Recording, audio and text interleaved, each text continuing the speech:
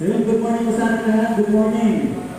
Ayun, ako tayo mag-aaral po muna ng salita ng Diyos. Ako po ang bawat.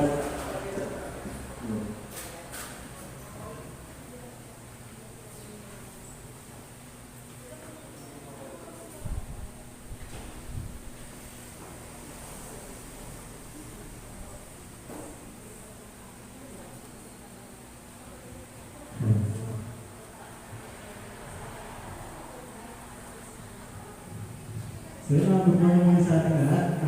Tayo po ay mag-umpisa po sa mag-aaral po ng salita ng Diyos. Tayo po ay sumandali po manalangin bago po tayo magsisimula. So, manalangin po muna tayo mga kapatid. Nang dakilang Diyos, mga pangyarihan sa lahat, kami lubos na nagpapasalamat sa araw na tibigay sa aming Lord. Salamat mo rin Panginoon sa pagkakataon na makapahagi ng salita at pamagpuli-pulaan mo Diyos ang bawat bagay na ginagawa mo sa bawat sa aming Lord. Dalangin natin naman ang kalooban mo siya namin makita, naranasan sa umahan ito at ikaw siya patuloy na mangusap sa bawat sa aming Lord. Gawin mo na ako Panginoon, malaya Panginoon ng aming isipan mo Diyos na makakinig ng mga salita and sa mga oras ng Lord, dalangin namin yung pagsama, pag-ilos sa bawat sa aming Lord. Sa mga parating para ang Panginoon, sila ulo sa ingatan mo na sila ulo sa parating ng ligtas sa iyong dam sa bahan Panginoon. Maraming salamat po Diyos. Pinupuri ka namin Panginoon, pinapasalamat ka namin. Pinatas namin ng iba't ng pangalan. Sa pangalan dalangin, sa kanyang pangalan ng Jesus. Amen. So yun na, good morning po sa ating lahat. Nais po kong ibahagi ang salita ng Diyos mula po sa libro po ng Esther. So, ang Esther po siya po katangitang libro sa Biblia na isulat po at may pangalan po sa babae. At si Esther po isa pong reyna. So ngayon mga kapatid, nais po kong makita po natin ano ba yung sinasabi ni Lord dito sa libro po ng Esther. So ang libro po ng Esther ay binubuo po ng siyam po na kabanata na hinati po sa ating na parte. So ngayon mga kapatid, nais ko pong ibahagi sa inyo is ano ba ang tinuturo ng Panginoon sa atin sa buhay ni Esther? Ang isa sa tinuturo po sa atin sa buhay po ni Esther is kung paano po tayo magtitiwala sa Diyos, paano po tayo dedepende sa Diyos. So dito mga kapatid, alamin po natin ano ba ang kwento ni Esther. Ano ba patungkol basahan ang kanyang kwento, patungkol basahan ang libro ng Esther. Pangalawa, titingnan po natin ano ba yung pangalan na naramdaman ni Esther dahil ginamit siya ng Diyos upang maging tagapamagitan ng kanilang bayan ng Israel. Pangatlo, titignan po natin ano ba yung gusto ipakita sa atin ng Diyos kung saan niya ba tayo gustong tulungan upang mas dumepende, magtiwala po tayo sa Kanya. So ngayon mga kapatid, sa buhay po natin, ano po yung mga madalas natin ginagawa o madalas po natin subukan? Ano yung madalas natin subukan? O yung madalas nating sinusubok sa buhay natin na alam natin kaya natin. Madalas sumusubok po tayo ng isang bagay kasi alam po natin na kaya po natin gawin yung isang bagay. Pero gawin na po natin isang pala, sino po yung marunong lumangoy sa atin? Sino po marunong lumangoy? Yung hindi marunong lumangoy katulad ko. Sino po? Diba? Let's say for example, ako po, ay sabihin na natin isang swimming pool. Sa isang swimming pool, okay lang ba sa'yo pag nampisaw sa 4 feet na tubig? Pag nasa swimming pool ka, okay lang po ba? Kaya po, kaya. Umakan tayo sa 5 feet, kaya pa po. 7 feet, kaya pa po. 9 feet, kaya pa po. 11 feet, kaya pa po. Diba? sa bagay na po yun, madalas kaya po natin subukan yung 4 feet kasi alam natin kaya natin. Pero pagdating po sa 15 feet, lalo na kung hindi pa po marunong lumangoy, mag-aalinlangan po tayo subukan yung bagay na yun. Ibig sabihin, wala tayong tiwala sa sarili natin. Ibig sabihin, pag ginagawa mo isang bagay, nagtitiwala ka sa sarili mo na kaya mo gawin. Ngayon, sa buhay po ni Esther, may ganun po pangyayari na naganap sa kanya. So, Madaling gawin yung isang bagay na alam natin kaya po natin. Pero, pagdating po sa pagsunod sa salita ng Diyos, o pagsunod po sa Panginoon, may isang bagay na hindi natin pwedeng gawin. Ano po yun? Ano po yung hindi natin pwedeng gawin pag sumusunod po tayo sa Diyos? Isang bagay po, ang hindi natin pwedeng gawin ay kumukulang tayo sa comfort zone natin. Kumukulang tayo sa safe zone natin. Isa yun sa hindi natin pwedeng gawin kapag sumusunod po tayo sa Panginoong Hesus. Bakit po? Kasi pag nasa safe zone po tayo, nasa ligtas na lugar po tayo, ang nasusunod po doon, yung kagustuhan po natin. Gusto ko dito lang ako kasi safe ako dito. Gusto ko dyan lang ako kasi safe ako dito. Gusto ko sa 4 feet lang ako na tubig. Sa 5 feet lang ako na tubig kasi safe ako doon. Yung gusto po natin yung nasusunod. Pero sa pagsunod po sa Panginoong Hesus, hindi po ikaw ang nasusunod pagkos ng Diyos ang nasusunod sa buhay mo. Ibig sabihin, pag sinusundan mo ang Panginoon, sinusundan mo ang Diyos, hindi yung yapak mo ang sinusundan mo, pero ang yapak ng Panginoon. So dito mga kapatid, imposible po na sumunod tayo sa Panginoong Hesus, sumunod tayo sa Diyos nang nasa comfort zone po tayo.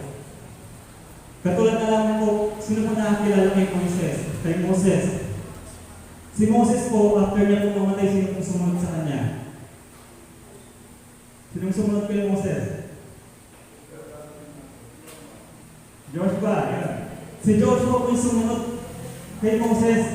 At alam niyo ba, sa Joshua chapter 1 verse 6, may sinabi si Lord. Dahil gagawin ng leader si Joshua, kinausap ni Lord si Joshua. Ito yung sabi niya, Joshua 1:6, sabi niya doon, God says, be strong and courageous. Ulit, verse 7, sinabi ulit ng Diyos, God says, be strong and courageous. Pangatlong beses, verse 9, sinabi ulit ng Diyos, be strong and courageous. Do not be terrified, do not be discouraged. The Lord will be with you wherever you go. Bakit kaya tatlong beses sinulit ng Diyos yung be strong and be courageous? Bakit kaya tatlong beses? Bakit po kaya tatlong beses sinulit ng Diyos na sabihin kay Joshua yun? Kapag inutusan natin ang ating anak o ang inyong mga anak po, pag hindi ba natin sa unang beses, ulitin na sasabihin nyo, uutos po natin. Sige pa. Pag hindi pa rin sumunod, paano na? Diba? Minsan po, inuulit po natin isang bagay na sinasabi po natin sa isang tao para mas maging malinaw po yung mensahe. Dito po, si Joshua po, tatlong beses sinabi ng Diyos na be strong and courageous. Kasi bakit po? Kapag sumunod po tayo sa Diyos, hindi po sinasabi ni Lord na magiging madali ang pagsunod mo sa Kanya. Ibig sabihin, pag sumunod ka sa Kanya, hindi ginagarantiya ng Diyos na magiging ligtas ka sa paglalakbay mo. Itong si Joshua po, magiging leader na po siya, magiging leader ng Israelites. At maglalakbay po sila. Sa paglalakbay po nila, magkakaroon po sila ng mga kaaway, magkakaroon po ng digmaan, magkakaroon po ng taghirap. Ngayon, sinabi ni Yahweh kay Joshua na be strong and courageous dahil alam ng Diyos na sa paglakad ni Joshua, may pagdadaanan siyang hirap. Pag sumunod siya sa utos ng Diyos, may pagdadaanan siyang hirap. Ngayon, gusto lang maging malinaw ng Diyos kay Joshua na maging matatag ka. Sabi niya pa doon, do not be terrified, do not be discouraged. Ito yung encouragement ni Lord. The Lord will be with you wherever you go. So sinasabi lamang ng Diyos na kapag sumunod tayo sa Kanya, hindi man natin alam kung anong mayroon sa inaharap, hindi man natin alam kung ano yung ipapagawa ni Lord sa atin, ang sinasabi lang ng Diyos, be strong and courageous. Kasi alam ni Lord kung saan Kanya dadalhin. So ngayon mga kapatid, hindi po natin mahihiling sa Diyos na magkaroon po tayo ng pamumuhay Kristiyano na hayahay. Hindi po natin mahihiling sa Diyos na magkaroon po tayo ng buhay Kristiyano o sumusunod na Kristiyano na buhay po natin ay kapuyang-puyang po Diyos na pag sumunod tayo sa Kanya, may kalakip po na pagdadaanan ng isang tao habang siya po ay naglalakbay. Ganito po yung nangyari kay Esther. Hindi lang kay Joshua, pero kay Esther. Yung ano po natin is from, from chapter 3 to 7 po ito. Titignan po natin ano ba yung nangyari sa buhay ni Esther. Bakit naman nagbilang ang pangalan niya sa libro ng Biblia? Esther chapter 3 to 7. So ikukwento ko kung ano po yung mga pangyayari sa buhay ni Esther. At ano ba yung kwento, ano ba yung lesson na itinuturo sa atin ng Diyos? Ano ba yung matututunan natin sa Kanya?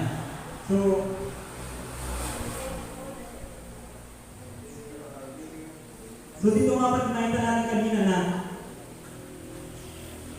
nakita po natin yung lesson na makikita po natin dito is yung pagiging dependent natin sa Diyos kung paano tayo magtitiwala sa Kanya. Una doon, kailangan po na natin malaman ano ba o kung saan pa patungkol ang kwento ni Esther, ano ba yung naramdaman ni Esther nung naging tagapamagitan siya ng Diyos sa mga Israelita. Pangatlo po, malaman po natin ano pang bahagi sa buhay po natin na tinutulungan tayo ng Diyos na mas magtiwala po sa Kanya. So dito, makita natin sa dito na God says, sa Diyos yung sinabi ko kanina, nandyan po. Pero yung lesson sa Bible, sa Book of Esther, makikita po natin, Esther's dependent on God. God came from her confidence in God's providential guidance. Ang gusto lang kong sabihin dito sa lesson na to, yung pagtitiwala ni Esther sa paggabay ng Diyos. Ibig sabihin, nilagat niya yung tiwala niya sa Panginoong Diyos na gagabayan sila. So, anong nangyari po? Ang nangyari po sa buhay po ni Esther, kung makita ko rin, Esther chapter 3 verse 1 to 6, basahin ko lang po saglit.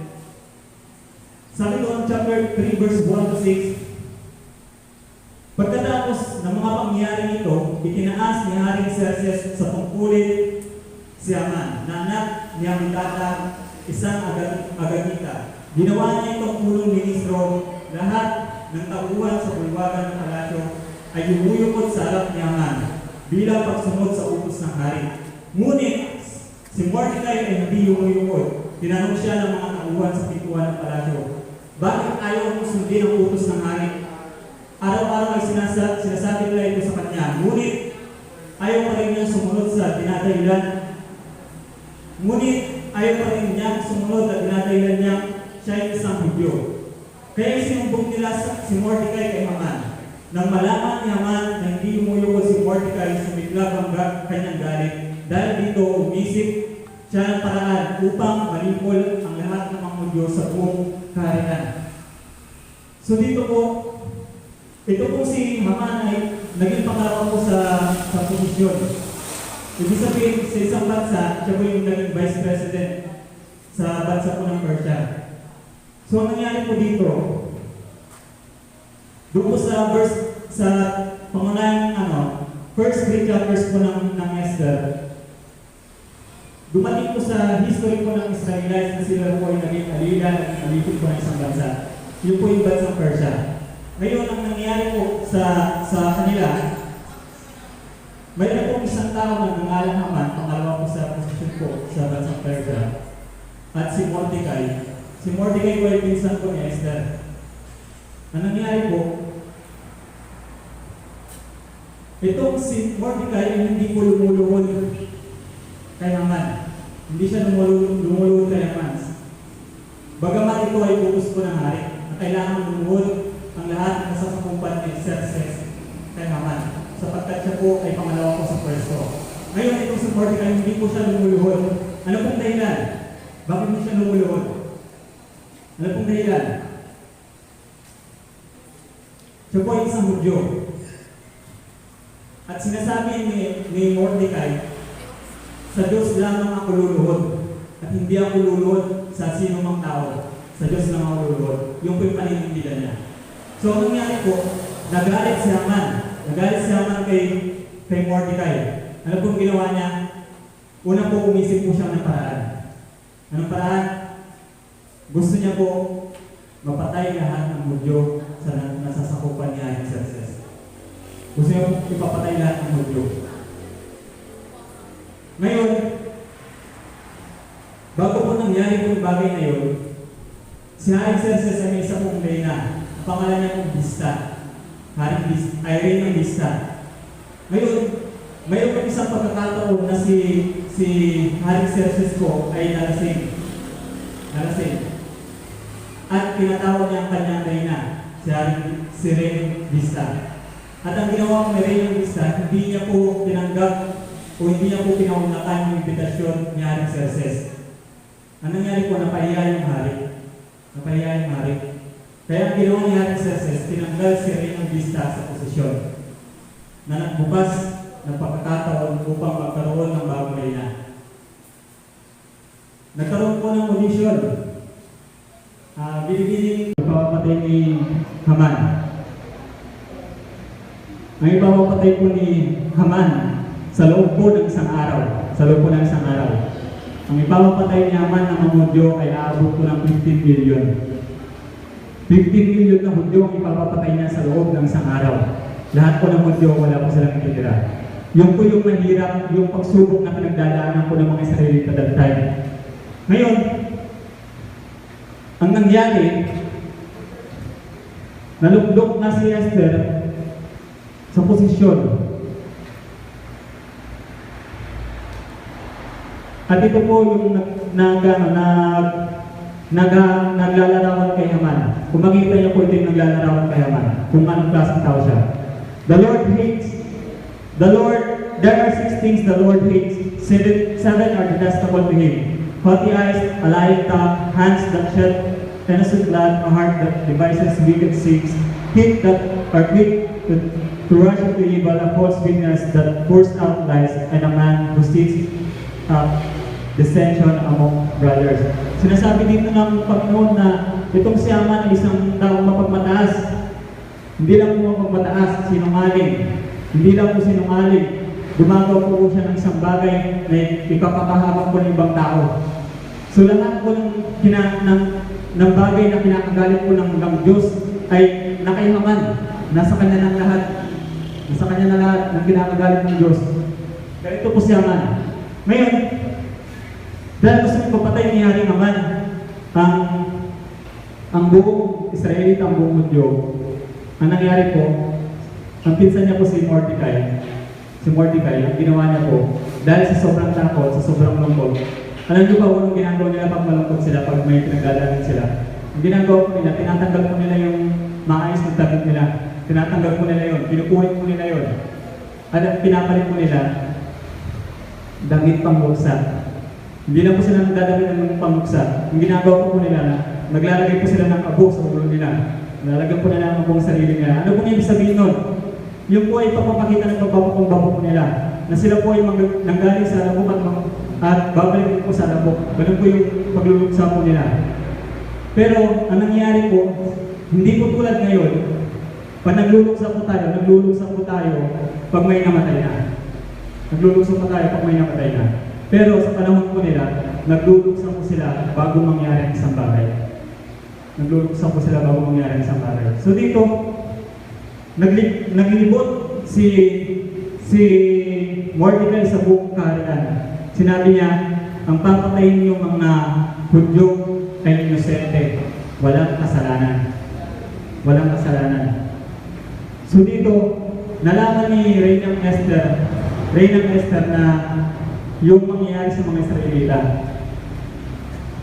Lumapit si Mordecai, pumunta po sa tipo ng palasyo. Ang ginawa niya po, nagpadala po ng mensahe kay Esther na ganito yung mangyayari.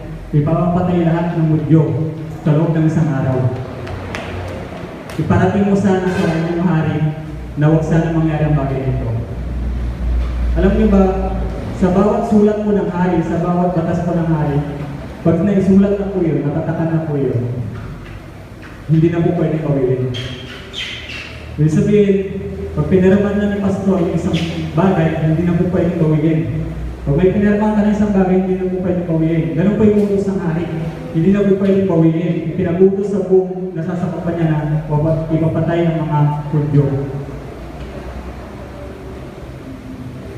Sa tingin nyo ba makakaligtas ko yung mga Hudyo that time? Makakaligtas ba sila? Doon sa utos ng hari? Siguro kung nandun tayo, ang hirap i-imagine na malapit na tayong mamatay, parang gano'n. Gano'n po yung pagdamdam nila, exactly gano'n po. Malapit na kami mamatay, gano'n po yung pagdamdam po nila that time. Pero dito mga kapatid, dahil nais ni Mordecai na maligtas ang buong lahi ng mga Israelita ng mga Hudyo, nilapitan niya si Esther, Reynang Esther. Sinabi niya, ipahatid mo sa amin yung hari na iligtas nawa ng ating mga kababayan. Si Esther po ba ay lumapit kagad sa hari? Kumbaga si pastor, sinabihan natin na pumunta sa presidente. Nakapunta ba kagad si pastor? Alam niyo ba, hindi po pwedeng bumisita ang isang tao kahit sino po ng basta-basta sa hari. Kasi bakit po? Hindi ka po pwedeng bumisita sa hari kapag wala ka pong imbitasyon. Wala kang invitation. Hindi ka pwedeng bumisita sa hari. Hanggat hindi niya pinapatawag, hindi ka pwedeng bumisita sa kanya. Ngayon, sinabi ni Mordecai, hiniling niya kay Esther na sabihin mo ito sa hari, sa iyong hari, na iligtas ang ating mga kababayan sa utos na iyon. Alam niyo ba, sinabi ni Esther na gusto ko mang tumulong, pero hindi pwede. Kasi bakit? Pag pumunta ako sa kanya ng basta-basta, pwede akong mamatay. Pero alam niyo ba, si Mordecai ang tumulong kay Esther para maging reyna. Siya po yung tumulong kay Esther. Pag ang isang tao ayaw umayag dun sa hiling mo, anong ginagawa natin? Lalo na pag tinulong mo ang isang tao. Anong ginagawa po natin? Kunyari, tinulungan mo ng isang malaking bagay, isang paboritong tao. Ngunit, nung ikaw na humihiling ng isang bagay, ngunit hindi niya maibigay, ano pong ginagawa po natin? Tatampo. Pero minsan ang ginagawa po ng iba sa mga ibang tao po, kinokonsensya po nila yung tao. Wala ka dyan kung wala ako. Alam niyo ba, nakakatawang isipin, pero isa po yun sa bagay na ginawa, mataling yung ginawa ni Mordecai. Sabi niya doon, alalahanin mo yung mga panahong wala ka pa dyan sa kinalalagan mo. Alalahanin mo ng ordinaryong mamamayan ka pala. Sabi niya doon. Tapos, dahil gusto niya i-convince si Esther na iligtas ang kanilang mga kababayan, ang sinabi po ni Mordecai, sabi niya doon, hindi mo ba naisip na kaya ka nilagay ng Diyos sa lugar na yan para magamit ka ng Diyos sa pagkakataong ganito? Na nilagay ka ng Diyos sa pagiging reyna para gamitin ka sa isang bagay, sa isang malagang bagay na papagawa niya sa'yo. Minsan po ganun po sa atin. Ang gusto po ng Diyos, ma-realize po natin na kapag tayo po ay inahan ng Diyos, isipin natin na ang Diyos ang maglulong sa atin sa pwesto. Ibig sabihin, may purpose si Lord pagdating ng panahon, pag nandun ka na sa posisyon. So, na-challenge si Esther at kung ginawa ni Esther. Paano niyo po na ipakita yung pagtiwala niya? Kung ginawa po ni Esther,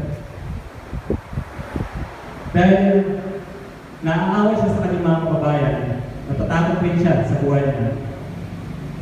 At nakondin siya sa pangakonsensya ni Mordecai. Nakonsensya si Esther. Nakonsensya.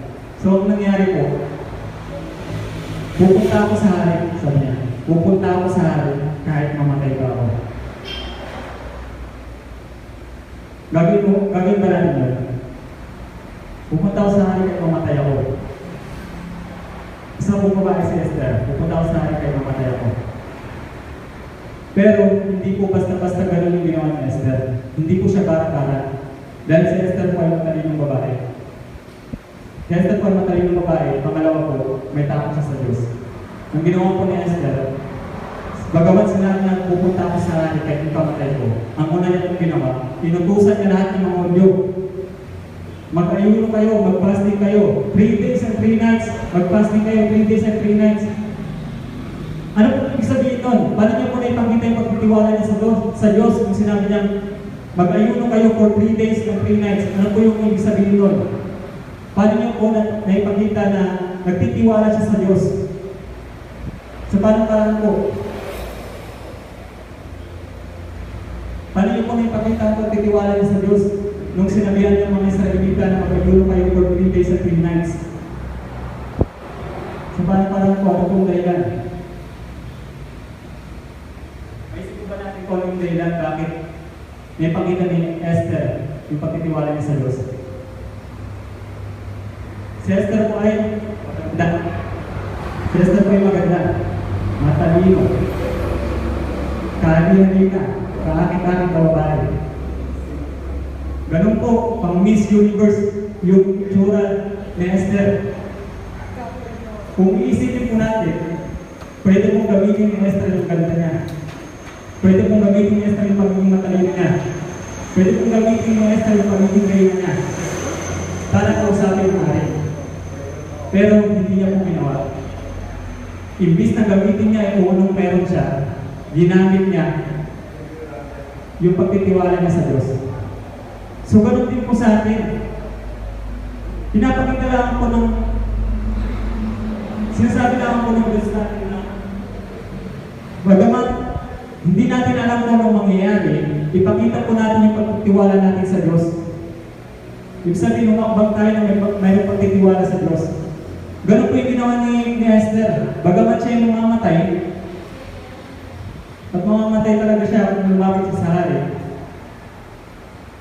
ginawa niyang lumapit sa hari para po, iligtas po yung mga kababayan niya.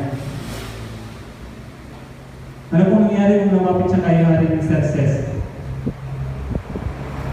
At yung binabasa ko ito, para siyang telenovela. Si Reyna Esther lumapit kay Xerxes para sabihin po yung mga kaibigan niya. Nagtap na nangyari nung palapit na si Esther kay Xerxes. Nagalit si Haring Xerxes dahil hindi siya inibitahan para lumapit sa kanya. Ang nangyari po, si Reynang Esther, ang nangyari po sa kanya, habang nagsasalita po siya, o kinakausap niya, telenovela, nahimatay si Esther habang nagsasalita. Nahimatay siya. At galit na galit si Haring Xerxes. Alam niyo bang ginawa ng Diyos? Pinalambot ng Diyos ang puso ni Haring Xerxes. Kumbaga sa pag-asawa, kapag nahimatay yung asawang babae, alala yung asawang lalaki. Ganun po yung nangyari sa kanila. So sa madaling salita, hindi po namatay si Esther sa paglapit sa hari. Pagko sinabi ng hari, hindi kasama ng utos na yun. Sapagkat ikaw ang aking reyna sa lahat. So, makita po natin doon na yung pangalawa po doon na makikita po natin na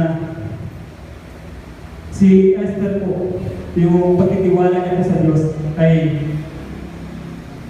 parang nag-lead sa kanya sa matalinong paggawa, matalinong pagdesisyon. Si bakit po? Pwede kang pumunta ng 15 feet na swimming pool.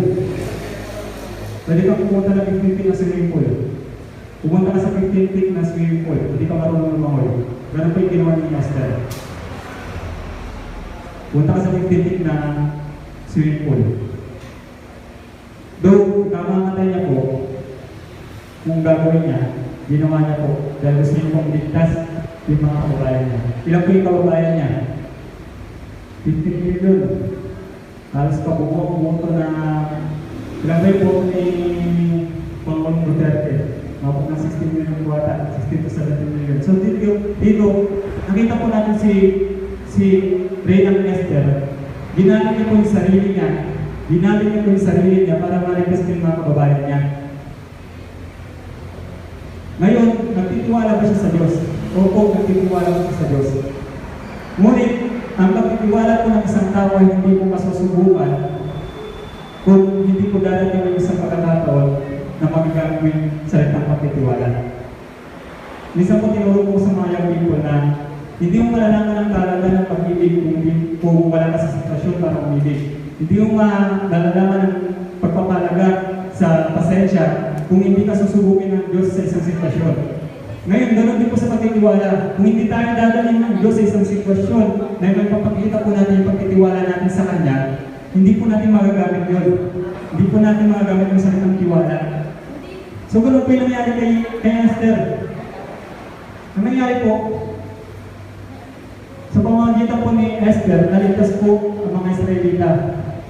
Pero ano po yung ano po yung utos ng hari? Ipapatay lang ng mga Hudyo. Mababawi po ba yun? Hindi po mababawi yun. Kahit ano pong mangyari, hindi po mababawi yung utos na yun. Ibig sabihin, pagdating ng ganitong araw, ipapatay lang ng Hudyo. Ngunit, dahil sa ginawa po ni Esther, gumawa po ng kanibagong batas si Xerxes. Ano po yung batas na yun? Nagsasabi na ang sino mang gumalaw sa mga Israelita, sino mang gumalaw sa mga Hudyo at umatay ng Hudyo, ipapatawan ng parusa. Pero pangalawa po, sinabi ni Xerxes, binibigyan ko ng karapatan ng mga Hudyo na paglaban ng sarili nila. Kasi bakit po, nandun pa rin po yung unang utos na ipapatay sila. Sinabi lang po ni Xerxes na binibigyan ko yung karapatan ng pagtanggol ng sarili niyo sa mga kaaway niyo para may ligtas ang buhay niyo. Pangalawang batas po yun na ginawa ko ni Xerxes. Para po, may ligtas po ang buong Hudyo, buong Israelita. Ngayon, si Esther po ang naging instrumento ng Diyos para iligtas po ang mga Israelita. Sa parang po, sa pagtitiwala po niya Esther sa Diyos. Sa pagtitiwala po ni Esther na kagabayan siya ng Diyos. Ngayon mga kapatid, may gusto lang akong itanong bago tayo mag-end. Sino po pwede mag-share ng isang bagay? Sige, nagagawin natin ang mas naliyaw. Sino po pwede mag-share sa inyo ng isang bagay na alam mong hinanda ka ng Diyos para tulungan ng isang tao? Kung baga nilagay ka ng Diyos sa lugar na yan para tulungan ng ibang tao. Meron bang isang bagay o isang pagkakataon sa buhay mo natin na gano'n na hinanda ka ng Diyos para tulungan sa ibang tao? Or vice versa, naranasan na po ba natin na may isang taong hinanda ng Diyos para tulungan ka? Sino po nag-experience ng gano'n? Sino po nakaranas ng gano'n? Na may isang taong ginamit ng Diyos para tulungan ka? O hinanda ng Diyos para tulungan ka? Naranasan na po ba natin gano'n? Ilang beses na po?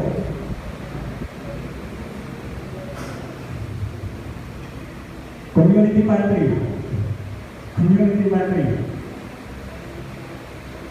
Ginamit ng Diyos yung community pantry para tulungan po yung mga tao na wala kung nangangailangan po. Hinanda po yung community pantry para makatulong. Sa atin din po, may pagkakataon din po sa buhay natin na hinanda tayo ng Diyos para makatulong. May pagkakataon din po na hinanda ng Diyos ang isang tao para tulungan tayo. Ngayon mga kapatid, hindi ko lang pinagyan yung ibang tanong dito. Si Reyna Esther po ang ginamit ng Diyos para iligtas sa mga Hudyo. Ngayon mga kapatid, may ulit tanong lang po dito. Ang isang taong nagtatanggol kung nagligtas ng isang tao sa isang tao ay may tuturing na ating alam. Ang isang taong nagtanggol kung nagligtas sa isang tao ay may tuturing na ating alam. Ano po? Yun, hero. Savior. Bayani. Let's put down po yung sagot, bayani. Natuturing po natin bayani isang tao. Nagtanggol o nagligtas sa isang tao. May tuturing po natin bayani. Sino po yung bayani natin? Dr. Jose Rizal. Na po ginawa niya. Si Dr. Jose Rizal po ginamit ng Diyos para palayain tayo. Pagtanggol tayo, ligtas tayo sa pagkakalipid. Si Reyna Esther din po, ginamit po siya ng Diyos para po iligtas pagtanggol ang mga Hudyo. Sino po si Esther? Si Esther po ay isang bayani. Pangalawa, si Esther po ay isang ganyan. Si Esther po ay isang matalino. Pero huli sa lahat, huwag po natin kakalimutan. Gaya ng sinabi ko sa inyo kanina. Ang libro po ng Esther ang tayo sa isang libro isinulat sa pangalan ng babae. Isipin po natin, si Esther po ay isang babae. Dahil Mother's Day ngayon. Kaya babae yung ginagawa. Dahil Mother's Day po ngayon. Alam niyo ba, dahil si Esther ang naging isang bayani, meron din pong isang bayani sa buhay po natin. Sino po yun? Nanay po natin. Mama, mami, inang. Bayani po sila. Kasi bakit po, kung si Esther po, pinagtanggol niya na mabuhay ang mga Hudyo, mga Israelita, yung mga nanay po natin, ipinaglaban po na mabuhay po tayo sa mundo ito. Kasi bakit po, hindi naman po lahat ng nagbubuntis ay hinayang na silang kanilang sanggol. Diba? Sa ibang bansa may abortion. Pero, ang kaisa-isang bayani, bakit nandito tayo ngayon? May isang bayani po yung nanay po natin. Kasi bakit?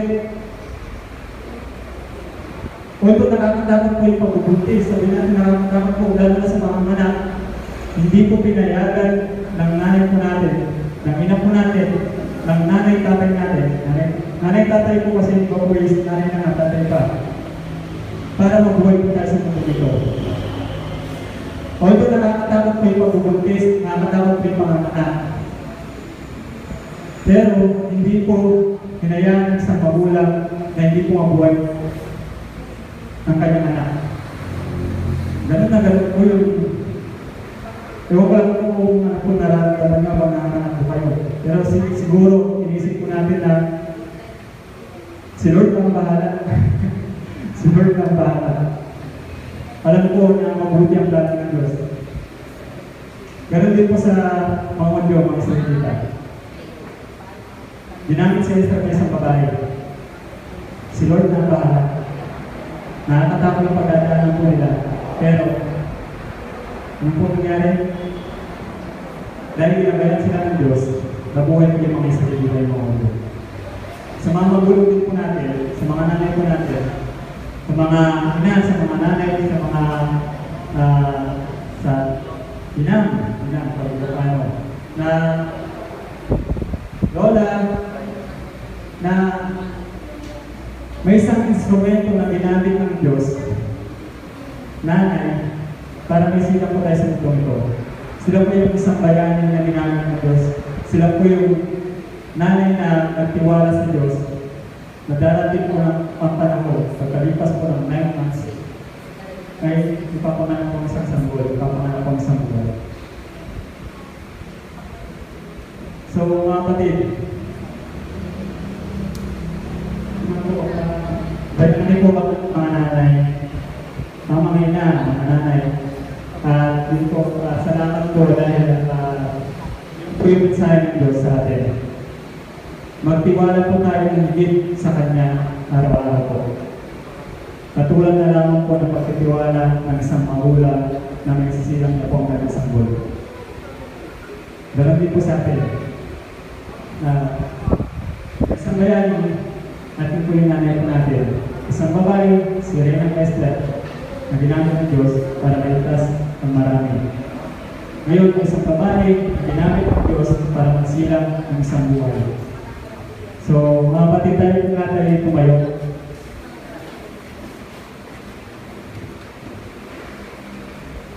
Marami po bang Esther sa atin? Yes, Esther. Matalino, maganda. Amen.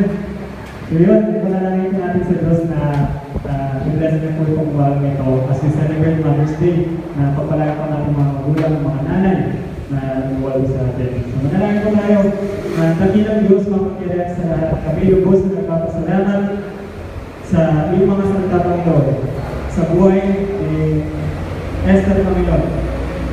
Nautos siya yung ginamit mo, kinasakla ko ng Panginoon upang iligtas ang iyong bayan. Gayun din, Panginoon, may isang babae po na ibigay niyo po sa bawat isa ng Lord God. Ito po ang ina. Na ginamit mo rin, O Diyos, upang ipaglaban, ipagtanggol ang buhay na meron kami ngayon, Lord God.